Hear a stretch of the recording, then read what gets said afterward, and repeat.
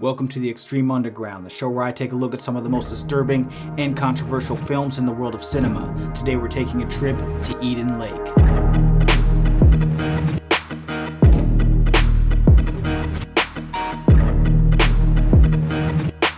Written and directed by James Watkins and starring Kelly Reilly, Michael Fassbender, and Jack O'Connell. This is a dark and depressing movie that preys on some UK fears and creates its own subgenre of hoodie horror, which kind of is what it sounds like. It's the fear of a group of low-class teens or punks in hoodies that seemingly have no morals and often create chaos for fun. There's more to this that's more of a political side when it comes to talking about broken Britain, but I'm not trying to get into politics on this channel. There are multiple different takes on what hoodie horror is. This one is more similar to something like Cherry Tree Lane, F, or Community, other typically British films that focus on teens in hoodies. Because I do enjoy this movie and I would recommend it, I'm going to do a little synopsis that's going to be spoiler free, and then we'll go into a full spoiler heavy breakdown before I give you my final thoughts at the end. So the basic story is we have a young couple going away to a quarry, and when they're on the beach, they're harassed by some punk teens. He ends up getting in a scuffle, accidentally killing one of the teens' dogs, and the teens are basically out for blood at this point. So the couple is forced to run and try to avoid these kids as they continuously cause more and more problems. But we're covering this on Extreme Underground for a reason, because there are torture scenes. So that's about what I'll talk about right now. Now, if you want to stick around and you want to hear spoilers and you want to hear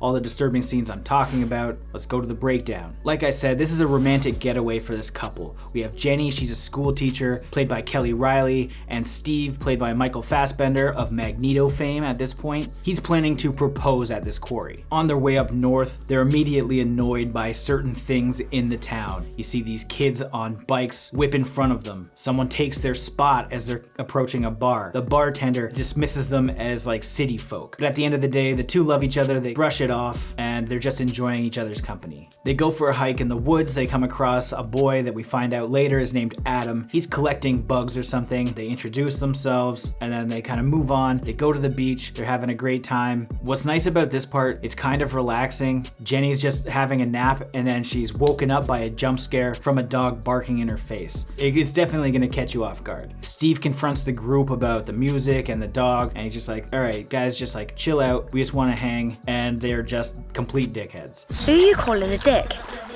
Despite all the ruckus, when the kids leave, they set up their tent and they spend the night on the beach. Nearly!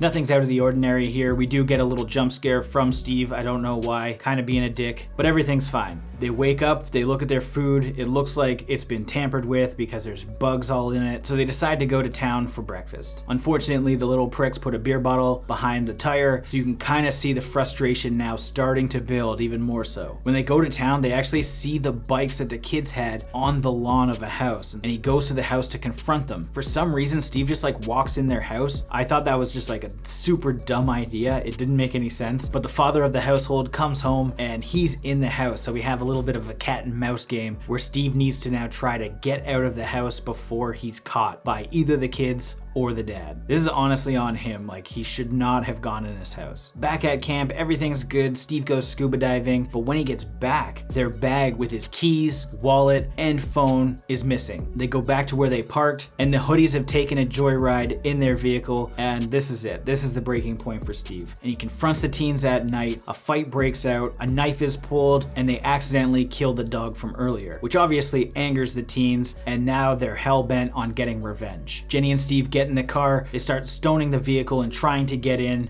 It's terrifying, absolutely. If I was that couple, I would not know what to do in this. So they just book it, and unfortunately they get into a car accident, and Steve is now pinned in the car by a tree branch. He's bleeding and he tells Jenny to go get help. She goes and hides in the woods all night, not knowing what to do, and she follows a trail of Steve's blood from the truck, which leads to her seeing Steve tied up with barbed wire to a tree stump where he's being tortured by this whole group run by the aggressor Brett. And he wants to make sure that all of his little hoodlums are on the same page, so he gets the girl Paige to film videos of each member in the group doing something to Steve. And so they take their turns taking out knives and stabbing him. They even get this like super young kid, he's got to be like 10 years old, to stab him in the mouth with an X-Acto blade. It's really brutal. This whole scene is really hard to watch, especially if you put yourself in Jenny's shoes. This is just her boyfriend. They were going on a romantic vacation and she's hidden watching her boyfriend get tortured by a bunch of kids, and there's nothing she can do about it. Jenny does try to call for help, but she doesn't have any service. So what she does is she Bluetooths into Steve's phone to try and make the call from that, which alerts the group. They see Jenny and she just has to run for it. While this is happening, Steve is able to escape the barbed wire, but he's in bad condition. Jenny posts up and trips the group of bikers with a stick in the spokes. Classic move, and probably like the only thing you could do at this point. And then she runs, she sees a trailer. She can't get in it, so she hides on top and waits for the group to go away. After this, Jenny and Steve reunite. They find some kind of like boathouse or like a shed that's right above some water, and they hold up in there while Jenny tries to stop the bleeding, which is just, there's a lot of deep cuts. That's black blood, it's got blood.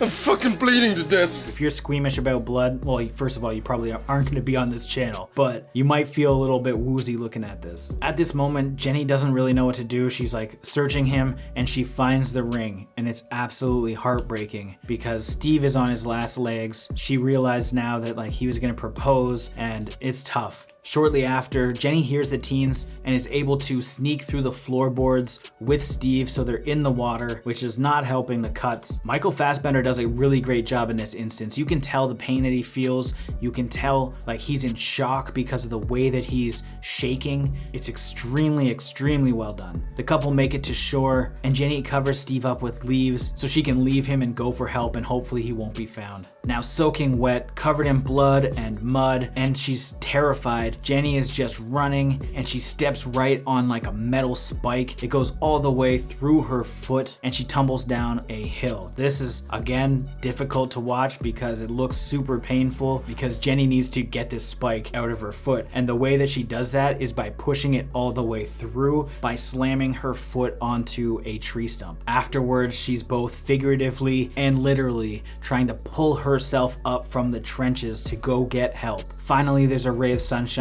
Jenny finds Adam, the bug collector from before. He talks about how his mom was gonna come pick him up, so he escorts Jenny to safety. But let's pump the brakes. Adam is not the nice guy that we thought he was. How now, brown cow? I really thought Adam was gonna be a good guy. Honestly, this was kind of one of those big shock moments because you're like, oh, finally, it's not going to be just like a super dark and depressing movie. Spoiler, it absolutely is. So they tie up Jenny and they tie up Steve to the same stump. They start pouring gas and they actually light Steve on fire while Jenny is just on the other side of the stump. With the fire though, it does release Jenny from her ropes and she books it. Brett, in a power move, is like, hey, if you don't come back, I'm gonna burn Adam. And Jenny isn't going back. So they burn Adam alive. After a little while, Jenny finds a map in a case. She breaks it, takes the map. The kids are coming, so she hides out in a garbage can. When they leave, Jenny grabs a piece of glass, rips off some of her skirt, and makes a custom shiv so that she can fight back. While she's trying to collect herself, she sees the reflection of the youngest boy of the group. She turns around and stabs him in the neck. As a kindergarten teacher and just a normal person in general, she realizes immediately what she has just done to this kid. She cradles the boy as he dies in her arms. The camera slowly zooms out. It's a super emotional moment where you're trying to put yourself in her shoes, as you are like this whole movie. But this just like hits a little bit differently because now she has done something terrible that she didn't intend to do, especially knowing that she teaches kids. Like that has to be tough. At night, the rest of the group finds the dead child and Brett gets super pissed while one of his friends starts to freak out. He's panicking and he's just trying to get out of this whole situation. Brett's basically calling him out saying like, hey, you're part of this, you're sticking with this. If we go down, we all go down. And he eventually ends up beating that kid to death, or so we're led to assume. We're not 100%. At this moment, Paige, the girl of their group, also runs away because she doesn't want to have anything to do with this as well. Obviously. Jenny is still going, she's running, she finds a fence, and she finally escapes the forest as the music kind of feels a little bit more heroic, like her journey is going to have a nice ending. She flags down a car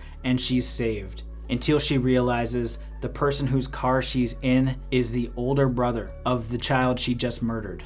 He gets out of the car to meet with a group of friends that are about to tell him that his baby brother was killed, so Jenny hops in the driver's seat and she just takes off. This is the home stretch. She's out, she's got a vehicle, everything's looking up. She sees Paige in the middle of the road and she decides to just run her over. Obviously, this has taken a lot out of Jenny.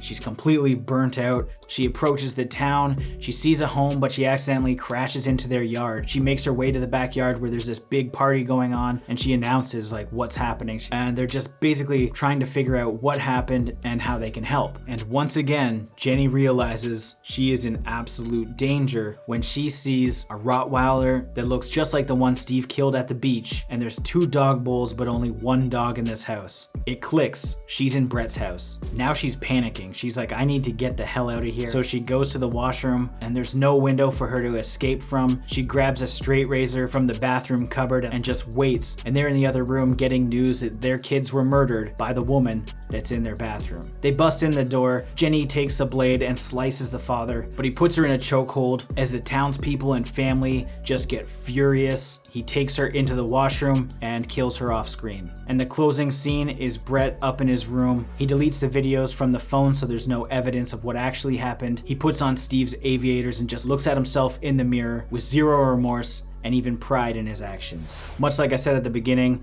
this is a movie that I would highly recommend. It's extremely well done. It's well acted by everybody in the whole cast. The teens are believable shitheads. We have a loving couple that you're absolutely behind, and you can understand all of the actions that take place on their side. There's heartbreak in finding out that Steve was gonna propose, as well as just Jenny watching her significant other get tortured to death, and having Jenny herself have to commit murder in order to get out alive. It's extremely powerful.